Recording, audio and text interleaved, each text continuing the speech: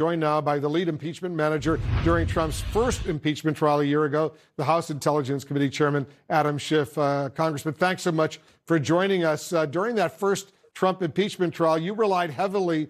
You wanted to call witnesses, but you couldn't call witnesses. Would that case have been even stronger with witnesses who were called? What do you think about witnesses being called in this second impeachment trial?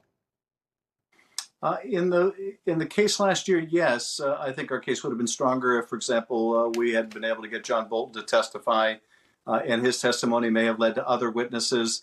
It still would have been very uphill, but nonetheless, at least there was the prospect of changing some minds, having firsthand testimony about President Trump's withholding of hundreds of millions of dollars in military aid to Ukraine to get that country to extort them into helping him cheat in the election.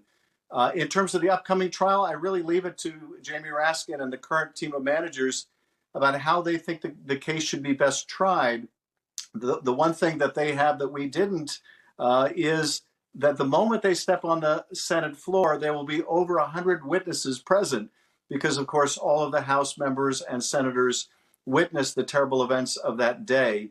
But whether they want to call additional witnesses, I leave to their good judgment. The Democrats certainly want this trial to go quickly. So do the Republicans, for that matter. But is there a risk, Congressman, that moving too quickly will give them less time to paint a full picture of exactly what happened at the U.S. Capitol? I think that the rules that have been hammered out already give both House and Defense adequate time to make the case. And the case is going to be really powerful for the House. I think the managers will demonstrate a whole course of events. The Trump team may want to focus on just January 6th and ignore everything else. But the House managers are going to show the country all of the president's lies before the election, his unwillingness to commit to accepting the results of the election, his lies during the election and after the election, his effort to get local elections officials to ignore their duty, and to get state elections officials like the Secretary of State in Georgia to mysteriously find 11,780 votes.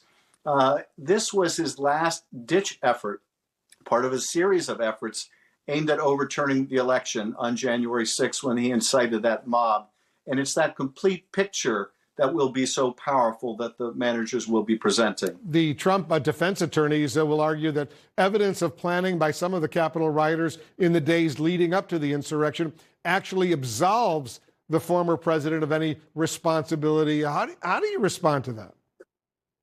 Well, a couple things. First of all the president's actions up until the election to incite those people, to inflame them with lies about the election, with lies about their country being stolen and the process being rigged. All of that contributed to those who assembled on the mall that day.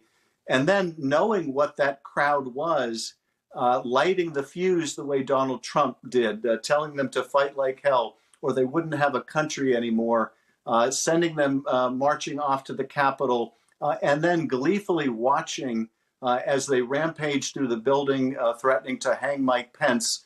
All of those actions are completely inconsistent with his constitutional duty to uphold the law, uphold the Constitution, and so they are clearly impeachable. And it's not much of a defense, I think, for the Trump team to rely upon. Yeah, speaking about the former vice president, Republican Congresswoman Liz Cheney specifically cited Trump's tweet about Mike Pence as evidence that his thinking was premeditated while raising the possibility of a criminal investigation. Do you agree with her about the potential for a criminal investigation into Trump? I think there's any number of ways in which the president faces criminal exposure. If you look, for example, at the call in Georgia, was this an effort to meddle, to defraud the voters in Georgia by trying to get that elections official to make up 11,780 votes out of thin air? That may very well be a prosecutable offense. His incitement of that violence on the 6th may be prosecutable.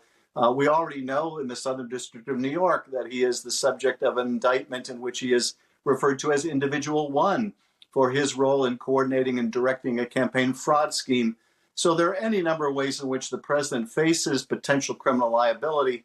Whether that will materialize into charges, I don't know. But nonetheless, I think the president is very much exposed in that way. Yeah, even if he's acquitted in the Senate, he still potentially has a lot of legal challenges ahead. Congressman Schiff, thanks so much for joining us.